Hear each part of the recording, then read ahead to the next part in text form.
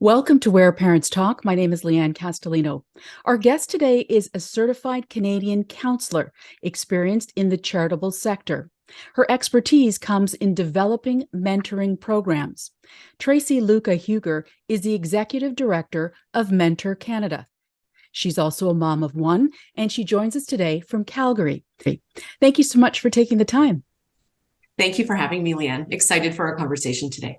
Well, and it is an exciting conversation because mentorship, I think we're hearing that term more and more these days, certainly because of the pandemic, but even before that, more and more people looking for mentors.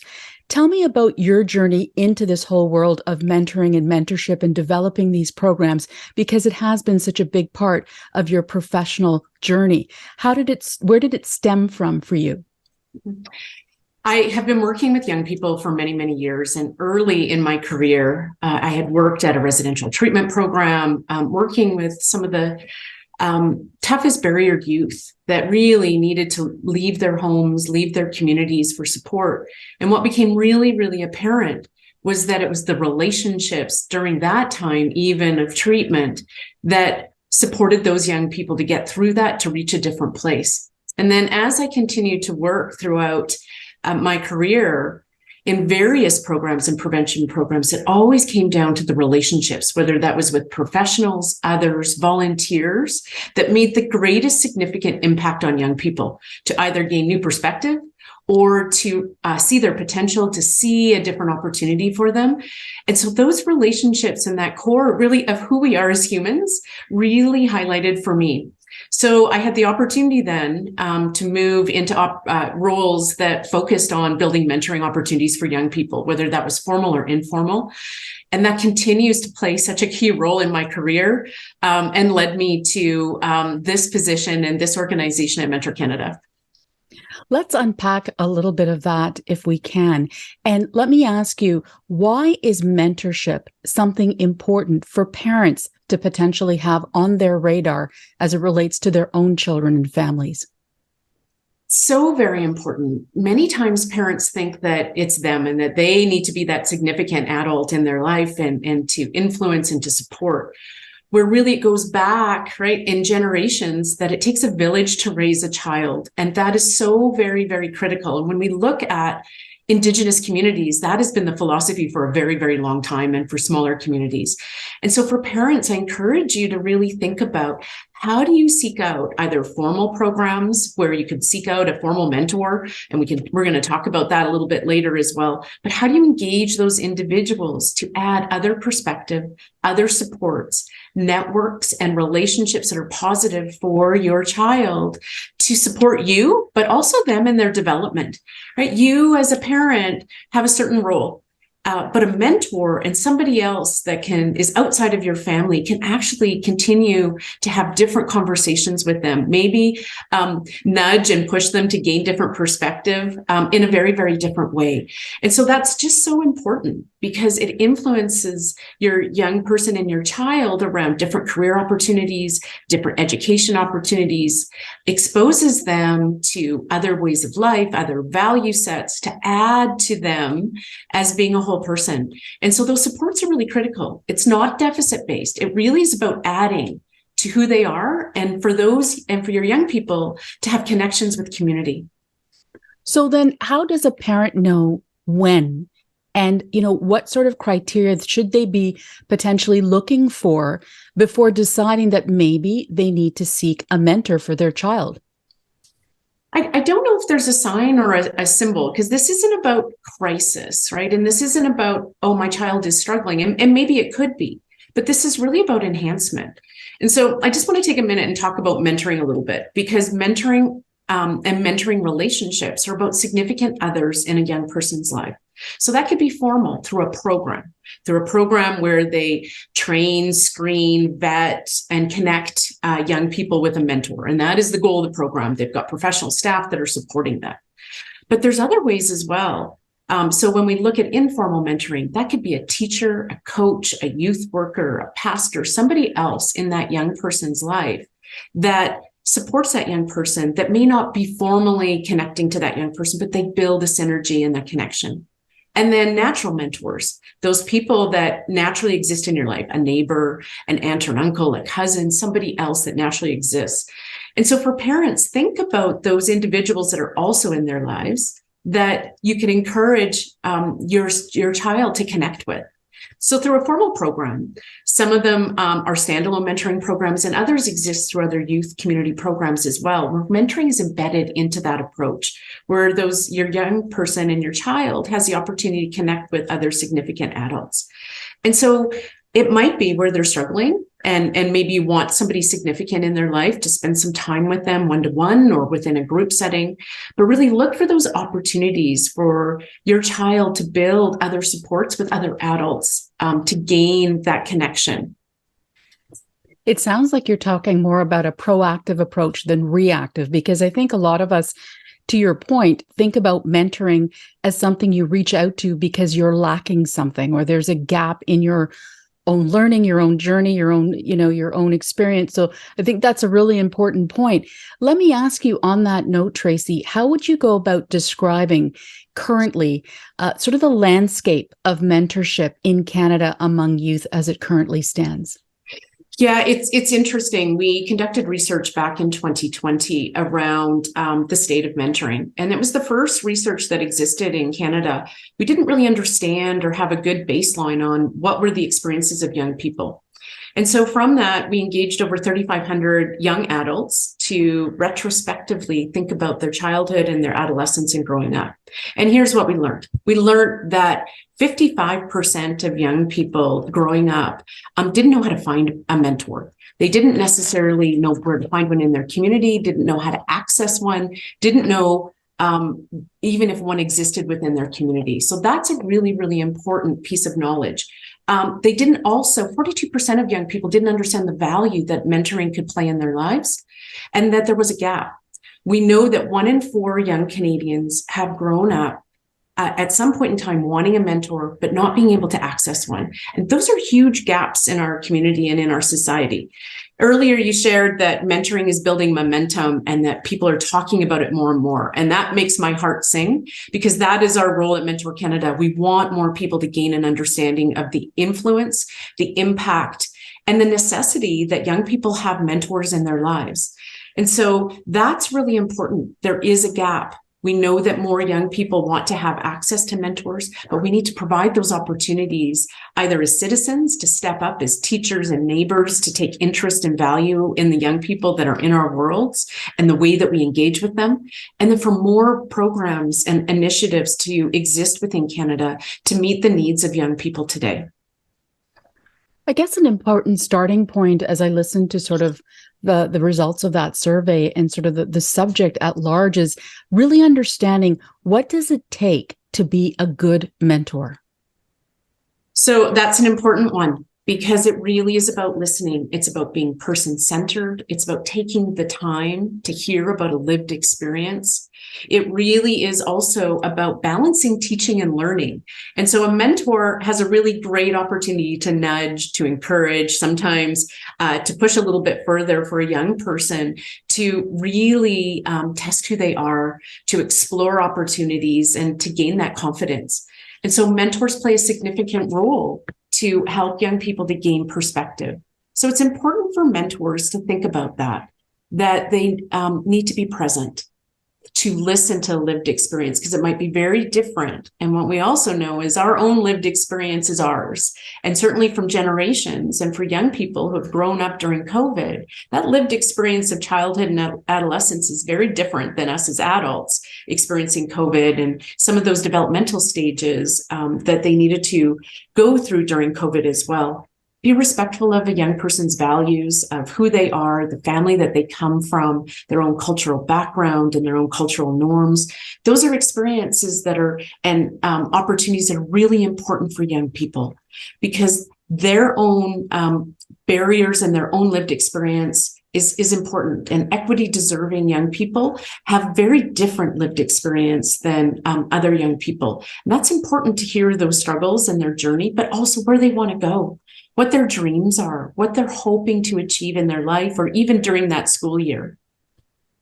It would also seem to be important, if we understand what it takes to be a good mentor, what should be looking for in terms of a mentor that maybe is not ideal? Because I think it's important for people to also understand the other side of the coin here. Yeah.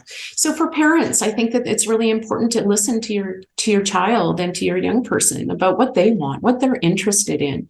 And we know that our children certainly are different individuals than who we are, and they might have different interests and very different personalities. And so you want to make sure that a mentor is not trying to replace you as a parent figure. That's important. That is a key piece when we're training mentors and talking with them about their role, is that the parent is the parent. You were there to walk alongside a journey for a young person, to encourage, to look for opportunities, to encourage them to reach their potential.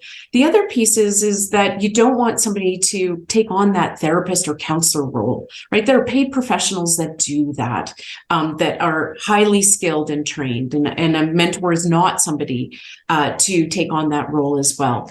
Not somebody who's going to fix everything, and not somebody who's going to change their values and your family values, that is going to be respectful of that. There's a difference between sharing perspectives and lived experience, but you don't want somebody to try and influence, right, your own family values and your own values of who you are, and your own family cultural background and your own religious beliefs. Those are important. So it's about influence on future potential, but not about some of those core values. You don't want to seek out a mentor that necessarily is controlling of who your young person is as well. And so programs do a really good job about vetting and screening, ensuring that individuals that are stepping up into that space are a good fit for that specific program, that specific type of mentoring opportunity. And so through formal programs, that's really important. Now, with respect to the study that Mentor Canada conducted that you mentioned earlier, what were some of the benefits that came out of that study as it concerns mentorship and young people? Yeah, so what we found was that 75% of young people that grew up with a mentor reported that their mentor had a significant influence on their self-confidence and their self-esteem. That's huge when young people are going through transitions and different developmental stages, that there's somebody there who gets them, listens, and helps to build their confidence, not only for who they are as an individual, but confidence about making decisions and opportunities for the future. That's really important. Young people also reported that they were that had a mentor were 2 times more likely to feel belonging, connection to their community.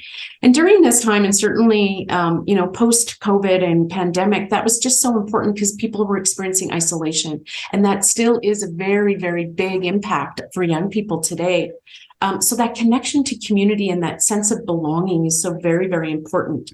We also know that 95% of young people who had either a formal or informal mentor completed high school and were more likely to continue on into post-secondary. Those are important pieces as we look to the future, and for young people reaching those milestones and looking to future opportunities and being equipped for work of tomorrow and future career opportunities. You talk about social isolation, certainly one of many current societal challenges affecting all of us, but in particular, young people. Are there any other specific challenges that the study pointed to that mentoring of youth can support? Yeah, absolutely. And certainly when we spoke and we talk about equity seeking young people and equity deserving young people, we know that young people from diverse backgrounds that are equity deserving demonstrated incredible impact by having a mentor. We know that 95% of newcomer young people that grew up having a mentor were more likely to be employed or studying in post-secondary or some type of education setting. 92% of transgender young people and Black young people were the same. They were either in employment, working, or looking at pursuing education in a different way. Same thing for young people. 86% of young people with a diagnosed disability were also employed or in studying. These are big statistical numbers and influence that the role of mentors have in young people's lives. We know that over half of young people in our study that had a mentor grew up and acquired the job-related skills that they needed for work for tomorrow and feeling equipped for job readiness. that 1 in 3 young people got a job because of their mentor. And that's the beautiful thing about mentorship and the way that this impacts young people is that a mentor has the ability then to connect them to their networks, to look at that sponsorship, to connect them to somebody that they know, to open a door for them or an opportunity. So it continues to build out that social capital and opportunities for young people to feel connected to people beyond their own circles and beyond their own community. Tracy, I'm curious, as somebody who's been in this space for a while, what struck you most about the findings of that study that you're referencing? The biggest piece for me is that 1 in 4 Canadians are growing up without access to a mentor. That is huge, right? That's a quarter of young people that are not do not have those opportunities or don't have the awareness or knowledge on how to find a mentor or feel that they can have access. And so that piece is an important one for us because it's, as we spoke about, some of that's about awareness building. What does it mean? Who is a mentor? How do you define that? Understanding that mentorship is wide in scope. It could be long-term, could be short-term, could be through a formal program or through another adult that is in your life. So that is the most significant, but also the impact that mentoring has on young people that for their future, right? To build their future, to look at that encouragement that young people were able to access jobs and look at their potential and that community connectedness. We know that all of us during COVID and during the pandemic experienced isolation. And for young people to have experiences with mentorship, knowing that they felt more connected to their community, and felt that there was belonging. And I think that that's just so very, very important as we come out of the pandemic. Now, speaking of long-term impact, can you take us through and paint a picture for us of what are some of the long-term impacts of positive mentoring of youth look like when those youth become adults? Yeah, so as I shared, those young people are employed, right? They're getting connection to employment, to job opportunities, to future opportunities. They're also seeking out opportunities for post-secondary. We also found that young people that had a mentor were able to seek out either bursaries or opportunities to get into post-secondary if they were facing barriers. So it's leveraging those relationships and those connections to knowledge, to opportunities outside of their own world and outside of their own community that I think is so, so very important. And those are really big statistical impacts for young people. They want those opportunities. Young people want to look at their future. They don't necessarily know of opportunities for tomorrow and work of tomorrow. And mentorship plays a role for that for young people and building up their confidence, but also skill development for their future. It's interesting because Mentor Canada is a relatively young organization in its current form, even though parts of it have existed, as I understand, for some time. The timing of the pandemic, the impact of it, the global epidemic that is youth mental health, all of these things, it's really a confluence of factors that now really in many ways point to mentoring as a viable option potentially for many families. Can you take us through, first of all, what are the services, the main services that Mentor Canada provides for young people? Yeah, absolutely. So we are an organization that does not necessarily work directly with young people. Our role within the sector is to build a mentoring network and to further increase mentoring opportunities for young people. So we work directly with service providers, with communities, with provinces, within regions and governments to look at increasing mentoring opportunities for young people on the ground. But here's where we do work with some young people and where we look at those opportunities. So we've created an interactive database platform called Mentor Connector. Any Canadian can search Mentor Connector for a mentoring opportunity. And whether that is a Canadian that wants to get involved and become a mentor, step into that space, they can key in their postal code and look for mentoring opportunities within their community or broader across Canada. And this holds true also because part of Mentor Connector is that any young person or parent can also search that database and that system for mentoring opportunities in Canada. And so you can search up again, formal programs that exist within your community. E-mentoring and virtual mentoring opportunities are so critical, especially for rural and remote communities and young people. So again, they can search for mentoring opportunities and connect directly with those programs and those opportunities. That's one. The other place that we're doing some really important work is around connecting businesses and corporations and those paid professionals to act as mentors for one-time mentoring opportunities to engage with young people, certainly those that are in high school or 18 to 30 years old, to engage in career mentoring conversations. And so power of mentoring events are ways for young people to also, they're not sure, right? It's like, I'm still not sure. Not sure if I really want a formal mentor, but I'd like to engage in a conversation maybe about a career opportunity. How do I get my foot in the door? What are new career pathways? How do I develop a resume? How do I enter into a first-time interview with a professional? So we facilitate these one-time events for young people, 90 minutes in duration, so that young people can engage in these informal connections with professionals of various tenure from across the country, to learn about work of tomorrow and career opportunities. So we do offer those opportunities, not only for paid professionals to get involved in mentorship and understand what that is, but we also offer those for young people to engage in those informal connections and to start to understand about opportunities for their careers and post-secondary. Now, many of us would be of a certain age, certainly would recognize Big Brothers and Big Sisters as a brand and an organization that's existed for many years and has, a lot of expertise in this space. How do you go about connecting mentors to the appropriate mentees? Yeah, so Big Brothers, Big Sisters is absolutely one long-standing organization that part of my career spent a great deal of time in that organization as well. And so informal programs like a Big Brother, Big Sister program, they spend a great deal of time, and other organizations as well across the country, in screening, vetting, getting to know who those individuals are, what their skill sets are, what their values are, what their interests are. They also spend time with young people in those formal programs and their parents and families to get to know who they are, what their interests are, where they are needing support maybe, but also about what they would like to gain and garner from mentoring. And so they have dedicated skilled professionals in formal programs that is their job and that is their career focus, is around matching.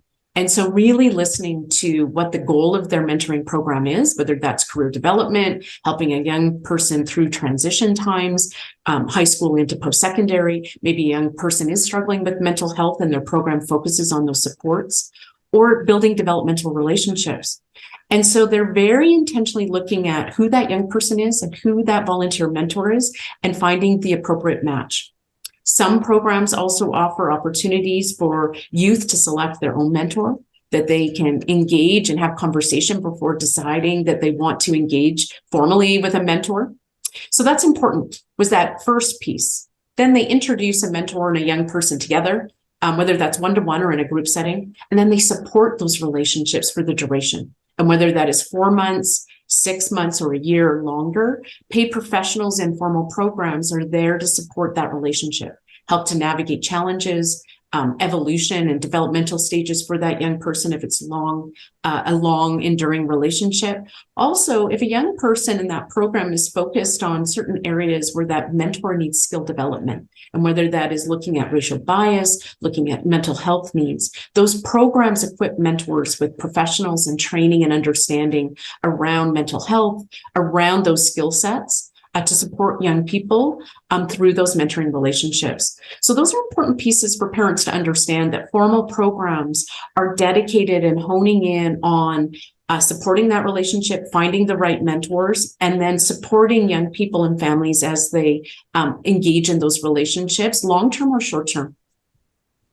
Along those lines, could you paint a picture for us as to what kind of sort of baseline training does a potential mentor get? Because is everybody who wants to sign up to be a mentor potentially a mentor at the end of it, or are there some people that potentially aren't qualified, or this is not for them in the end? Yeah, absolutely. That is a really important piece of formal mentoring programs. The training that mentors get absolutely needs to hone in on the program goals and what the role is that they're expected to do. Very much this is based on age and stage of who that young person is and the risk involved as well. And so not every mentor and every good Canadian that steps up to say, yeah, I want to be a mentor in this program is necessarily an appropriate fit for that program or the right fit based on values and who they are and their skill set. So programs take that time to ensure that those individuals stepping into that space are the right mentors for that program context and that mentoring experience. So that's important. What is most critical is that mentors understand what their role is, what a mentor should do and could do and should be honing in on, and what they're not, what their role is not.